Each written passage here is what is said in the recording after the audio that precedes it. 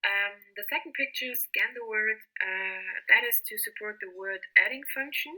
Bobby now can easily swipe twice to the left to add a new word by external source, like QR code or maybe camera scan. The third sketching shows the add and the search function. What is new now is that Caesar itself offers already a user-friendly dictionary with unlimited vocabulary word pool where Bobby can look up words he needs beside building up an own word pool.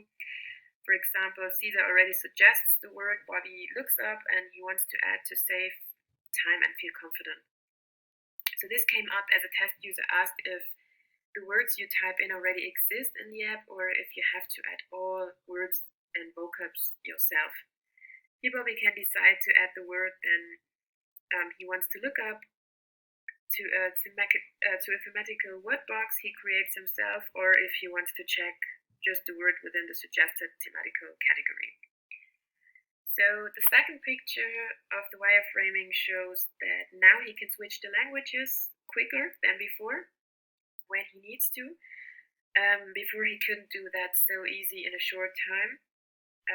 This according to situations where he needs to switch languages within the same moment. And I think that the following quote of Bobby expresses best his needs in this case, and that now Caesar offers to help him at this point. He says that I always stop by a French cafe in Belgium to grab the best coffee in neighborhood before heading to my Dutch client in Holland. So the next step I'm gonna design to improve the user experience and to improve the user experience and to bring out the most fun for Bobby will be 2 additional ideas. It will be a motivational game called Quiz Duel, where he can meet other folks and prove his skills to see where he has to train more to bring out the best of his vocab skills. Bobby can compete against other users who train on the same vocab box like Bobby. He can enter the quiz and come into a game session. He will stay in the round as long as he knows the right definition, of course, of a vocab, and he's not allowed to give the wrong answer more than 4 times, otherwise he will get kicked out of the round and a new user will enter. So second, I also want to offer a community, as this is an aspect my test users wished for. Every of my test users was wishing or had this wish. So we can say that every test user wished for a community so they can have a place to speak to native speakers and ask them, for example, words the dictionary does not know. And these words can then be added to the word pool to make the whole community benefit from it and make the dictionary word pool grow and become even bigger and richer. And for sure, all next steps here mentioned will conduct also another testing if necessary, more usability testing. So testing and retesting is also on the agenda to improve the prototype. As we almost hit the end, I'll come to the learnings I've made and the pros and the cons which go along with this procedure. First, for talking about the pros, which is positive for me, or was positive, was for proving if my design works well to my user audience. It is best by letting test users check on the navigation and the design architecture. This is the way I can prove if the way I lead the user through these functions, if this way makes sense or maybe leads to roadblocks that will annoy the user instead, of course, which I don't want to. My second positive aspect is that I think that it is essentially and important to test if the user joins support from the app to reach his goals, and that way he does to reach the goal with Caesar is even fun for him. So the last point for the pros is that it is of great value to let test users try the prototype so I can learn what more wishes and needs a user can have. Then I can try to give a solution to these added problems with my design app. or with my app design.